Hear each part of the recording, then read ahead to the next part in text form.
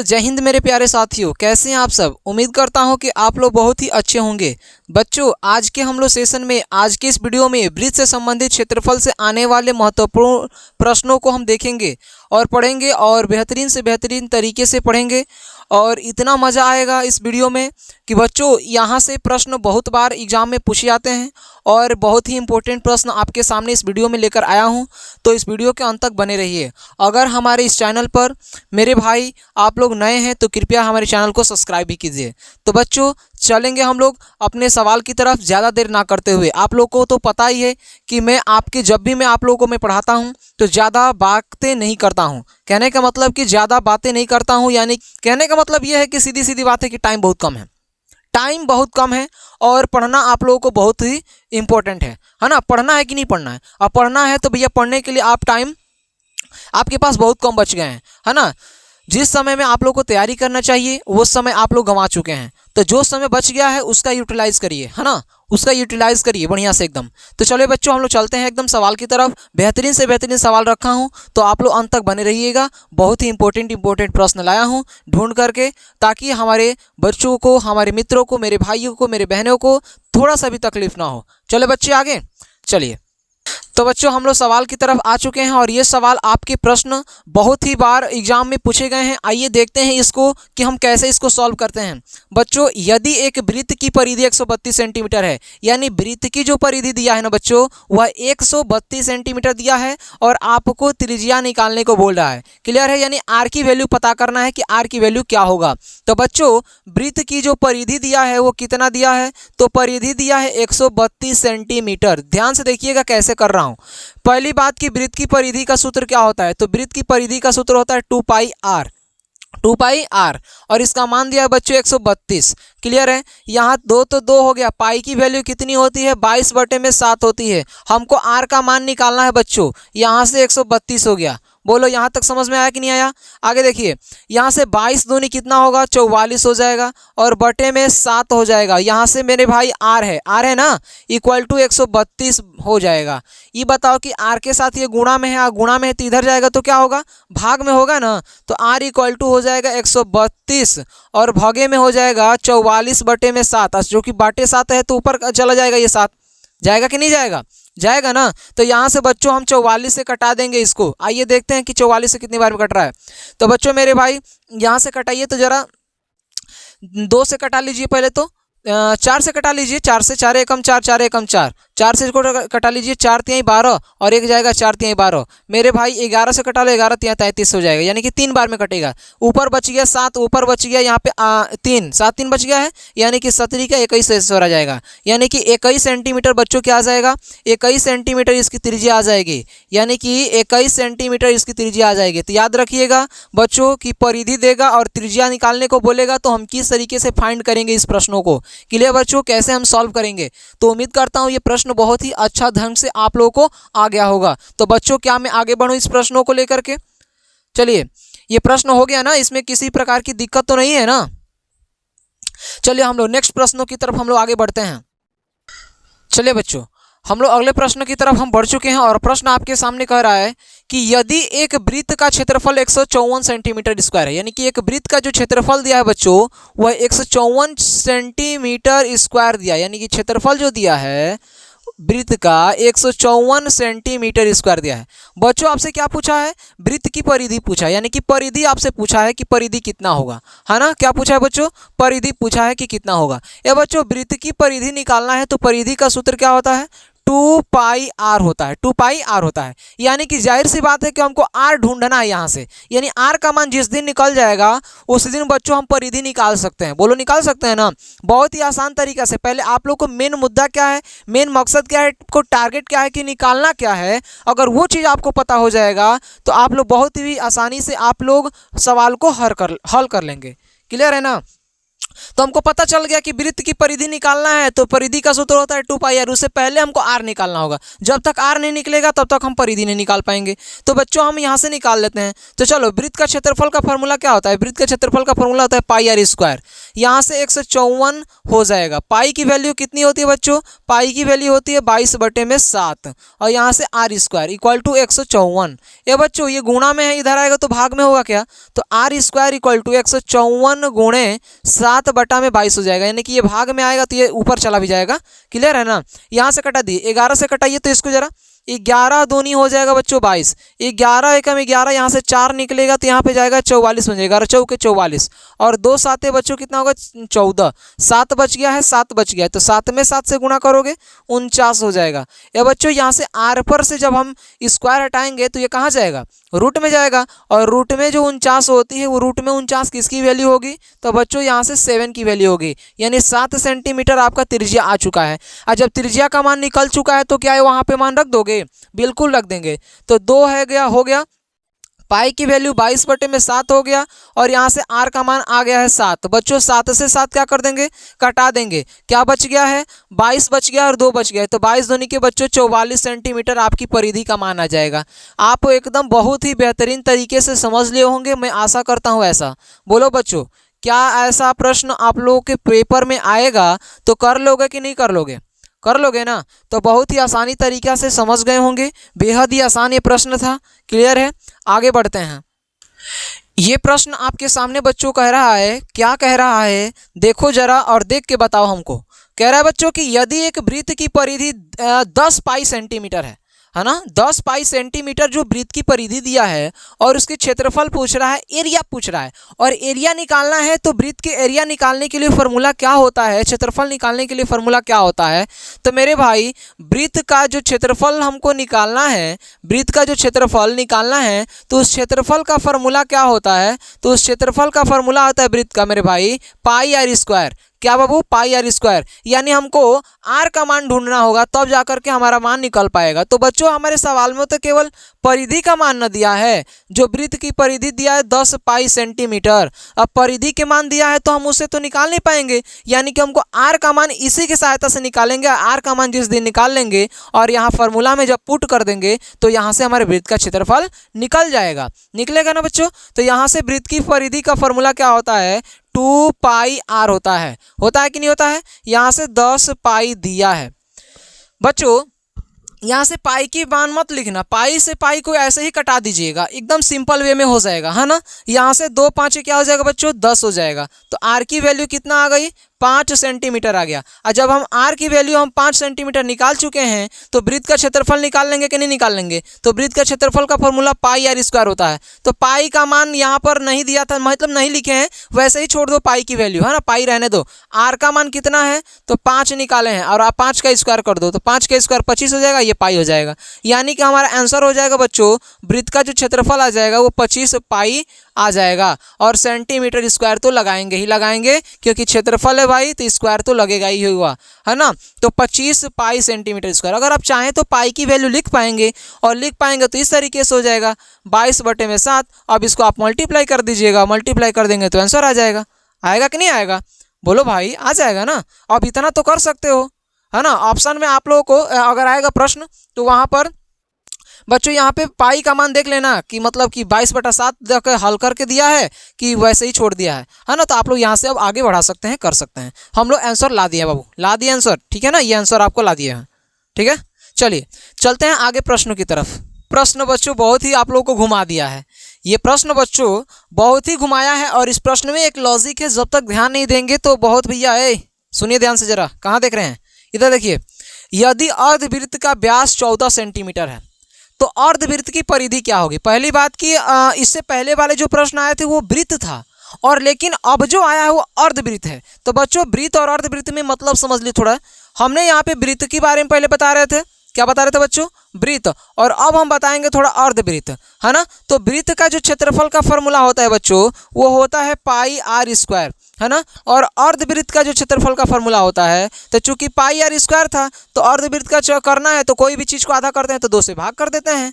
करते हैं ना। वृत्त की परिधि का सूत्र क्या होता है बच्चों? तो वृत्त की परिधि का सूत्र होता है 2 पाई r होता है। और अर्धवृत्त का जो परिधि का सूत्र होता है बच्चों, वो अर्धवृत्त की परिधि का सूत्र होता है पाई r प्लस 2r होता है, पाई r प्लस 2r होता है। समझ गए ना। तो इतना बात ध्यान रखो यहाँ से कि वृत्त का जो क्षेत्रफल होगा उसका फॉर्मूला होगा पाई r स्क्वायर, और वृत्त की परिधि होगा 2 पाई r।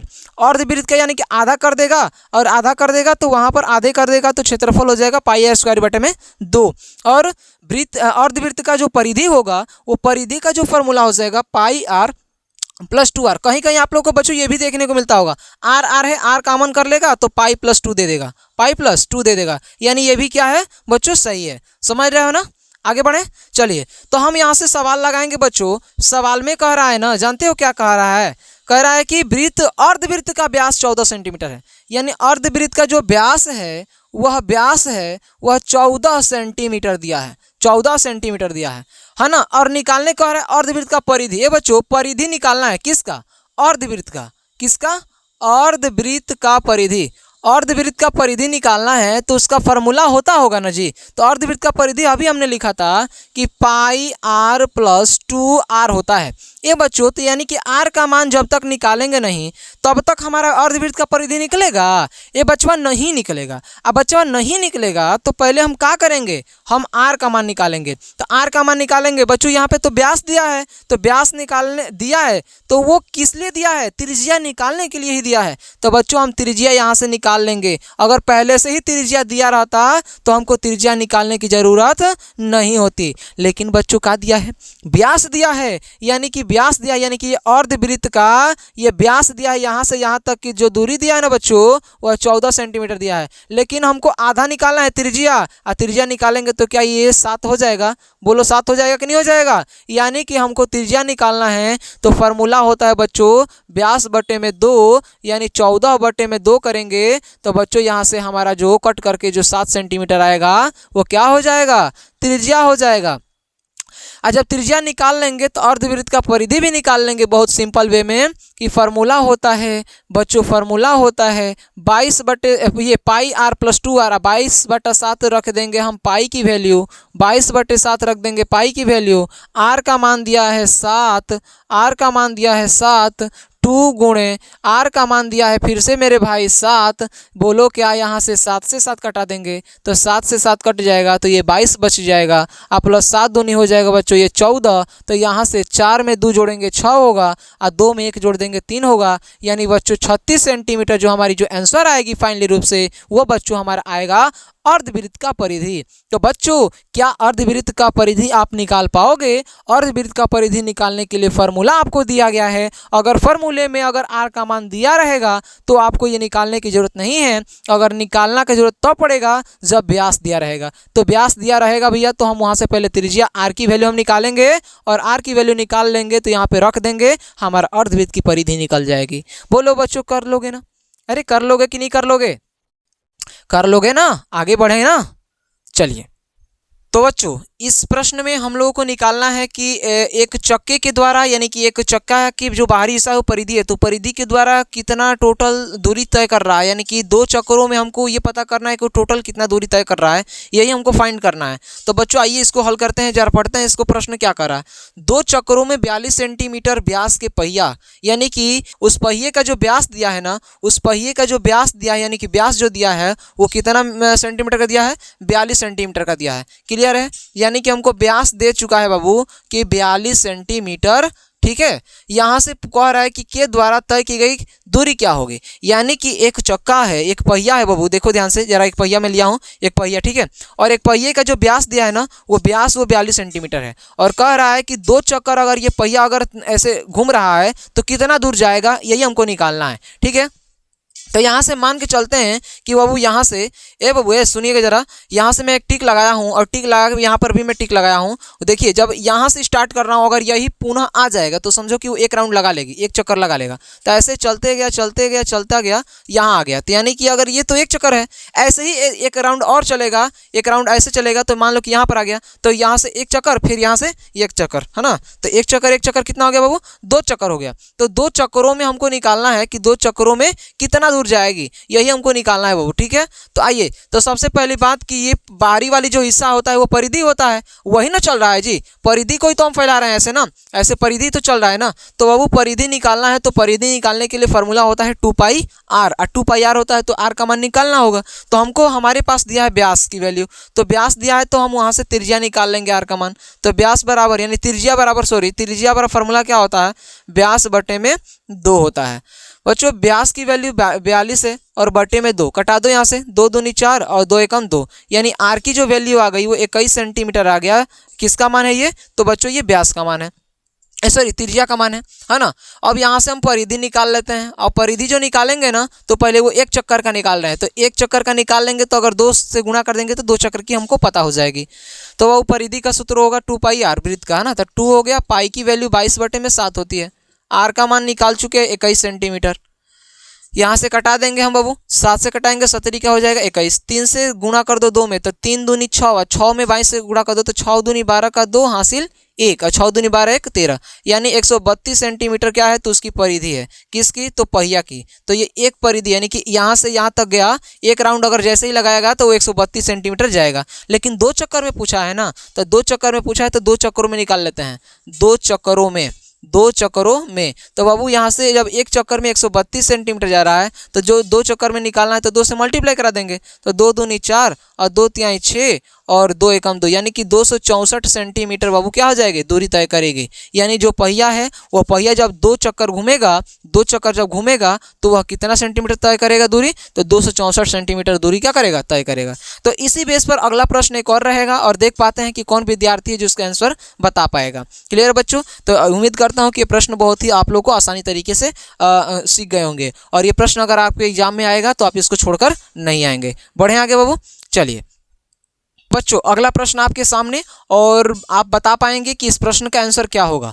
ध्यान से पढ़िएगा इस प्रश्न को, पिछले वाले प्रश्न की तरह है, लेकिन बट यहाँ पर पिछले वाले प्रश्नों में व्यास दिया था और यहाँ पर त्रिज्या दिया है ना। कह रहा है कि चक्करों में वो 5 चक्करों में 14 सेंटीमीटर के पहियों के द्वारा तय की गई दूरी ज्ञात करना है। बच्चों वहाँ पर त्रिज्या नहीं दिया था तो हमने केवल व्यास दिया था तो हमने वहाँ से त्रिज्या निकाला था, लेकिन यहाँ पर तो त्रिज्या दे चुका है ना, तो जब त्रिज्या दे चुका है तो हमको त्रिज्या निकालने की जरूरत नहीं है, हमको ऑलरेडी पहले से दे चुका है, हमको बस फार्मूला में रखना है और वहाँ से मान को प्राप्त कर लेंगे, निकाल लेंगे। ठीक है बच्चों, यानी कि आप ज़्यादा मत सोचिएगा कि वहाँ पे व्यास दिए थे सर और इस वाले प्रश्नों में आप भरमा दिए हैं और हमको दे दिए हैं त्रिज्या। तो बच्चों हम लोग को मेन मुद्दा क्या है, मेन मकसद क्या है, हमको त्रिज्या जब तक निकालेंगे नहीं तब तक हमको निकलेगा परिधि, हमको दूरी निकाल पाएंगे, नहीं निकाल पाएंगे। तो सबसे पहले हम क्या निकालेंगे, त्रिज्या। तो त्रिज्या हमको तो पहले से ही दिया है, तो लिख लेते हैं बाबू हमको कि 14 सेंटीमीटर, वो 5 चक्कर में 14 सेंटीमीटर त्रिज्या के, यहाँ पे त्रिज्या छूट गया है ना, त्रिज्या छूट गया बच्चों,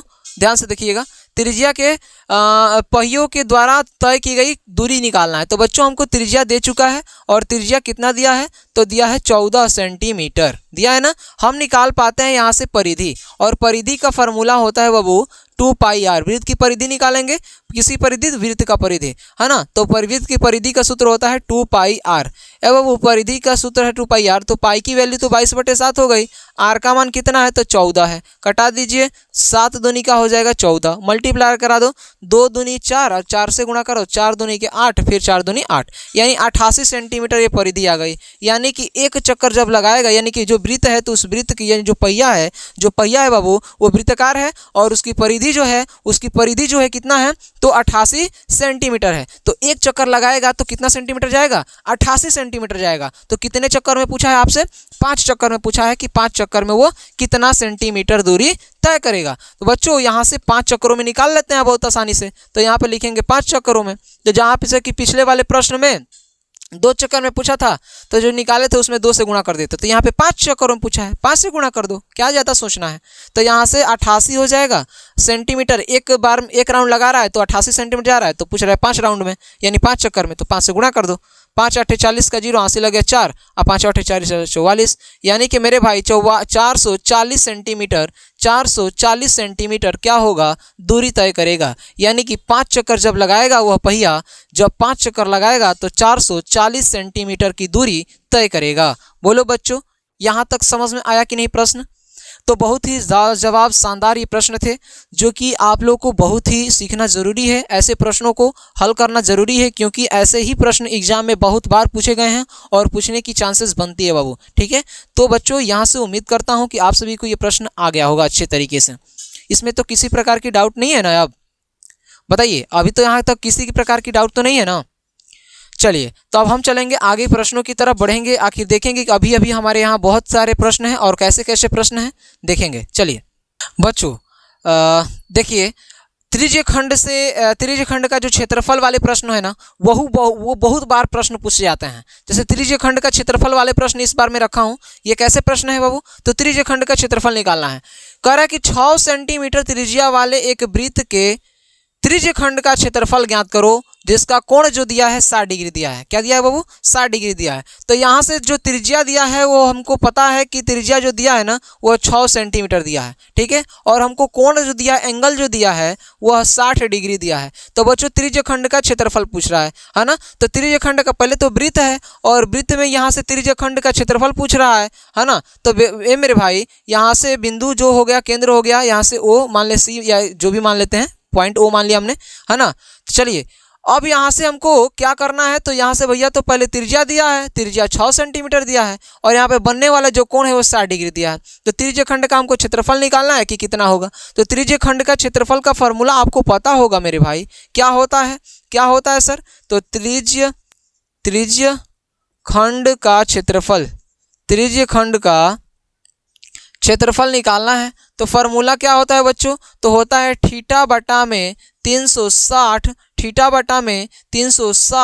इंटू होता है बच्चों पाई आर स्क्वायर। यहाँ से थीटा की वैल्यू, एंगल की वैल्यू 60 डिग्री है, और बटे में 360 इंटू पाई की वैल्यू 22 बटे में 7, और आर की वैल्यू क्या है मेरे भाई? 6 का स्क्वायर, यानी 6 को हमने 2 बार लिख दिया। बोलो लिख सकते हैं कि नहीं लिख सकते हैं?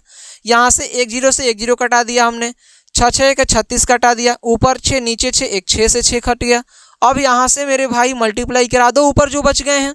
तो ऊपर बचा है 22 और 6 दूनी 12 का 2 हासिल 1, 6 दूनी 12 1 13, 132 बटा में 7 सेंटीमीटर स्क्वायर, ये आपका आंसर है। तो बच्चों इस प्रश्न में भी आप लोग को त्रिज्य खंड ही निकालना है, और त्रिज्य खंड निकालना है तो बच्चों आपको फार्मूला तो पता होना चाहिए ना कि त्रिज्य खंड का क्षेत्रफल का फार्मूला क्या होता है? थीटा अपान में 360 into pi r square, theta बटे में 360 पाई आर स्क्वायर। क्लियर है? यानी कि आपको उस फार्मूले में आर की वैल्यू पता होनी चाहिए और एंगल की वैल्यू पता होनी चाहिए। अगर आपको एंगल की वैल्यू थीटा का मान पता है और त्रिज्या पता है तो बच्चों आप लोग आसानी से त्रिज्य खंड का क्षेत्रफल निकाल पाओगे, हाँ कि नहीं? आइए, तो यहाँ से बच्चों हम पढ़ रहे हैं प्रश्नों को, तो 14 सेंटीमीटर त्रिज्या वाले, यानी हमने इतना बात पढ़ा तो हमको पता चला कि जो त्रिज्या दिया है वह 14 सेंटीमीटर दिया है। हमने उस बातों को एकदम प्रेम से, प्यार से, फुसला बहला करके उस बातों को लिख लिया। आगे कह रहा है कि उस त्रिज्य खंड जिसका केंद्रीय कोण 30 डिग्री है, यानी हमको एंगल जो दिया है, कोण जो दिया है बच्चों वह 30 डिग्री दिया है। तो कह रहा है कि त्रिज्य खंड का क्षेत्रफल ज्ञात करो। बाबू त्रिज्य खंड का हमको क्या निकालना है? क्षेत्रफल निकालना है। किसका? तो त्रिज्य खंड का क्षेत्रफल निकालना है। और त्रिज्य खंड का क्षेत्रफल निकालना है बच्चों, तो उसके लिए फार्मूला क्या होता है? तो फार्मूला होता है बच्चों थीटा अपान में 360 इंटू पाई आर स्क्वायर। होता है कि नहीं होता है? बिल्कुल होता है सर। थीटा की वैल्यू बच्चों कितना है? 30 डिग्री है, बटे में 360 हो जाएगा। पाई की वैल्यू 22 बटे में 7 होगा। आर का मान दिया है 14, तो 14 गुणे 14 कर दीजिए, क्योंकि 14 का स्क्वायर है। इस तरीके से लिखोगे, कटाने में आसानी होगी। मेरे भाई 1 0 से 1 0 कटा सकते हो ना? बोलो क्या? यहाँ से 3 से कटाओ, 3 एकम 3, 3 एकम 3, 3 दूनी 6, 12 बार में कट गया। 7 से कटा दो, 7 दूनी ये 14 कट गया। 2 से कटा दो, 2 छक्के 12 कट गया। फिर 2 से कटा दिए, 2 3 6, और 2 से 11 बार में कट गया। कट गया कि नहीं कट गया? हाँ सर कट गया। तो यहाँ से बच्चों 11 में आप 14 में गुणा कर दिए, 11 से 14 में गुणा कर दीजिए, तो 11 चौके 44 के 4 हो जाएगा, और बच जाएगा हासिल 4। 11 एकम 11, 11 4 हो जाएगा बच्चों 15 154 हो जाएगा और नीचे 3 हो जाएगा। यानी कि हम जो क्षेत्रफल निकाले हैं वो बाबू 154/3 सेंटीमीटर स्क्वायर हो जाएगा। चाहे तो आप इसको दशमलव बदल सकते हैं और यहाँ भी छोड़ देंगे तो कोई भी मास्टर काट नहीं सकता है। आपका आंसर आ चुका है। तो मेरे भाई जो क्षेत्रफल है आप याद रखिएगा, हमेशा स्क्वायर लगाएंगे। जब भी स्क्वायर क्षेत्रफल निकालना है कभी भी, तो हम वहाँ पे जो भी मात्रक यूनिट दिया रहेगा उसका हम क्या करेंगे, हम उसके ऊपर स्क्वायर जरूर ही लगाएंगे। समझ रहे हो ना? बोलो समझ रहे हो कि नहीं समझ रहे हो इतना बात? ठीक है, चले बच्चे, समझ रहे हो ना?